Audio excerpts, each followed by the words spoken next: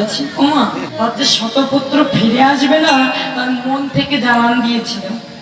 18 দিন যুদ্ধ শেষ হয়ে গেল, 19তম যুদ্ধের দিন, যুদ্ধ শেষ, 19তম দিনে প্রভাতকাল থেকে অপেক্ষা করে আছে, ছটফট করছে, মায়ের হৃদয় যেন কু গাইছে। আহা, সেই সকাল থেকে তাকিয়ে আছে, আমার একটা পুত্রও কেন ফিরে এলো না, শতপুত্রের কেউ কি ফিরে আসবে না? যেন সায়ংকালে মায়ের ধৈর্য আর বাধা মানল না, হাতে একটা মশাল নিয়ে ছুটতে ছুটতে ছুটে চললেন সেই কুরুক্ষেত্রের ময়দানে, চিৎকার করে ডাকতে লাগলেন, দুর্যোধন,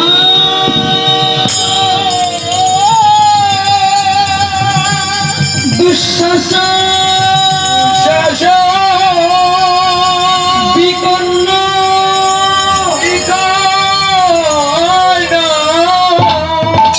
চিৎকার করে ডাকছেন। মা যখন চিৎকার করে ডাকতে ডাকতে ছুটে চলেছেন, হঠাৎ যেন প্রতিধ্বনিত হয়ে কথাগুলো রিটার্ন মায়ের কাছে এসে বলছে, ওমা তোমার এই ডাক শুনবার জন্য তোমার একটা পুত্র আর বুঝি জীবিত নেই। মায়ের মন বাধা মানল না, ছুটে গেলেন সেই যুদ্ধের ক্ষেত্রে। আর যুদ্ধক্ষেত্রে গিয়ে লাশের ধ্বংস স্তূপটাকে দর্শন করে, রক্তের গঙ্গাকে দর্শন করে চিৎকার করে কাঁদতে লাগলেন গান্ধারী মা। মা যখন হুমড়ি খেয়ে বসে বসে কাঁদছেন, কি যেন মায়ের কান্না শুনে আজ খিলখিল করে হাসছেন। হঠাৎ গান্ধারী মা প্রশ্ন করে বসলেন, কে?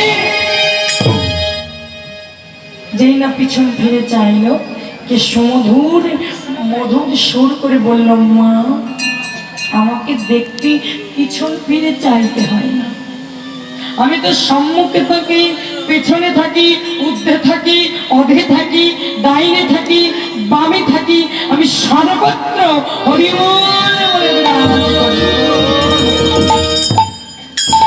আমাকে দেখবার জন্য পিছন ফিরে চাইতে হবে না। বলে তাহলে আমি কেন তোমাকে দেখতে পাচ্ছি না? বললাম, মা আমাকে দেখবার জন্য যেটা প্রয়োজন সেটা হলো জ্ঞানের নয়ন। এরকম হাজার কেন কোটি কোটি যদি রড লাইট জ্বালিয়ে দেওয়া হয়, ভগবানকে দেখতে পাওয়া যায়? হাজার পাওয়ারের চশমা আপনি চোখে দেন, ভগবানকে দেখতে পাবেন? হ্যালোজিন এরকম কোটিটা যদি জ্বালিয়ে দেন, ভগবানকে দেখা যাবে না? না, ভগবানকে দেখতে হলে জ্ঞানের নয়ন থাকতে হবে, জ্ঞান চক্ষুর উন্মিলন করতে হবে, তবে ভগবানকে দেখা যাবে।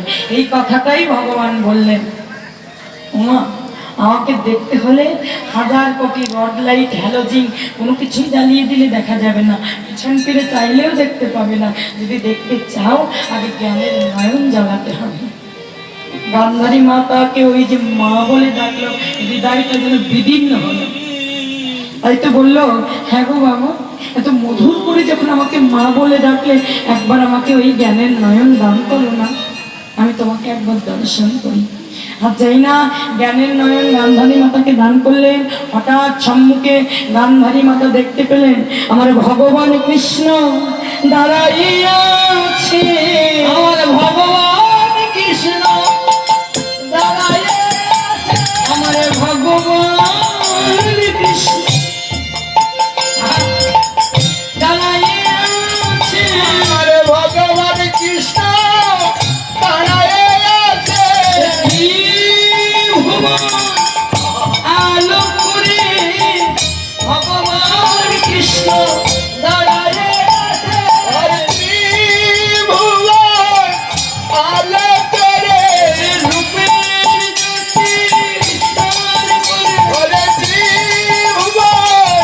আলো করে হরি হরি হরি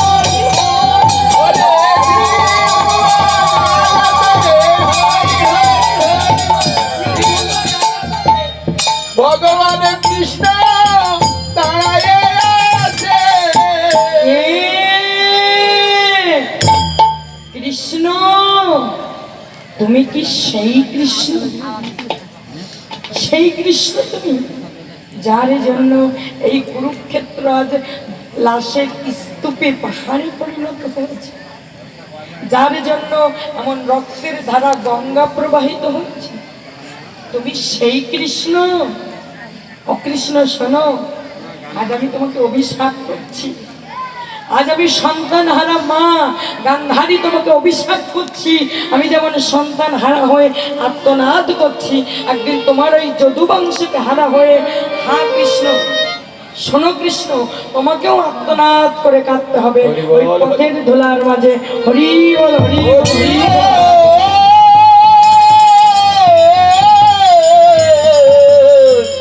হরি হরি। সেই না গান্ধারী মাতা অভিশাপ করে বসলেন, ভগবান কৃষ্ণ বললেন, মা তোমার অভিশাপ আমি মাথা পেতে নিলাম, তবে জানো কি মা, তুমি যে দণ্ডে আমাকে দণ্ডিত করলে এই অপরাধ আমি করিনি। তুমি যে দণ্ডে অন্যায় আমাকে ভেবে দিলে আমি অন্যায়কারী, এই অন্যায়টা কিন্তু আমি করিনি। তুমি মনে করে দেখো, যুদ্ধের প্রারম্ভকালে আগের দিন সন্ধ্যা প্রদীপ হাতে নিয়ে তুমি যখন তুলসী মঞ্চের বেদির উপরে দাঁড়িয়ে সন্ধান করছিলে, পিছন থেকে যুধিষ্ঠির দাদা গিয়ে করুণ সুরে তোমাকে ডেকেছিল, জ্যাঠাইমা ও জ্যাঠাইমা, এই যুধিষ্ঠির ফিরে যাও, আমি তোমাকে আশীর্বাদ করতে পারবো না। যুধিষ্ঠির দাদা তোমার চরণে প্রণাম করে বলেছিল, জ্যাঠাইমা আমাকে আশীর্বাদ করতে হবে না, সন্ধ্যাবেলায় তুমি আমাকে অভিশাপ করে দাও। আগামী কোন প্রাতঃকালে যুদ্ধক্ষেত্রে আমার কোনো ভ্রাতা মৃত্যুর আগে আমি যেন বক্ষ পেতে আমি নিজেই মৃত্যুবরণ করি। হরিবল বলে বেরিয়ে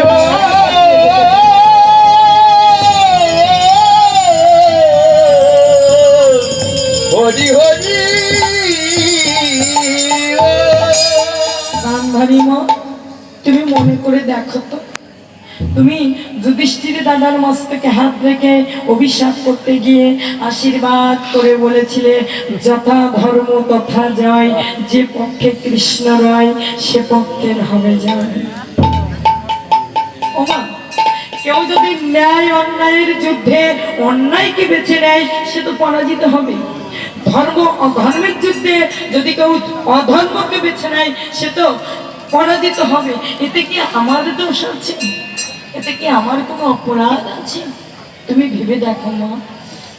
আহা, তুমি আরো মনে করে দেখো, যখন যুদ্ধের প্রাতঃকালে দুর্যোধন তোমার চরণে প্রণাম করে বলেছিল, মা তুমি আমাকে আশীর্বাদ করো, তুমি বলেছিলে এটা তো কারগিলের যুদ্ধ নয়, ভারত পাকিস্তানের যুদ্ধ নয়, বাংলাদেশ ভারতের যুদ্ধ নয়, এটা ধর্ম অধর্মের যুদ্ধ। আর ধর্ম অধর্মের যুদ্ধে ধর্ম ন্যায় প্রতিষ্ঠা হবে, এটা তো আমি আশীর্বাদ করলে কাজ হবে না, ধর্মকেই প্রতিষ্ঠা করতে হবে। তুমি দুর্যোধনের মস্তকে হাত রেখে এই আশীর্বাদ করেছিলে, যথা ধর্ম তথা জয়। হরি বল হরি। ওমা, তো বেছে নিয়েছিল অধর্মের পথ, পরাজিত হবে তুমিও জানতে, তাহলে আমার অপরাধ কোথায়? কৃষ্ণ কেঁদে কেঁদে বললেন, মা কথা দিও, তোমার আশীর্বাদ আমি মাথাতে দিলাম। ভগবানের স্বরূপকে দর্শন করে কেউ ভগবানের সম্মুখে দাঁড়িয়ে কথা বলবে আর তার হৃদয়ে চৈতন্য জাগ্রত হবে না, এমন তো হতে পারে না।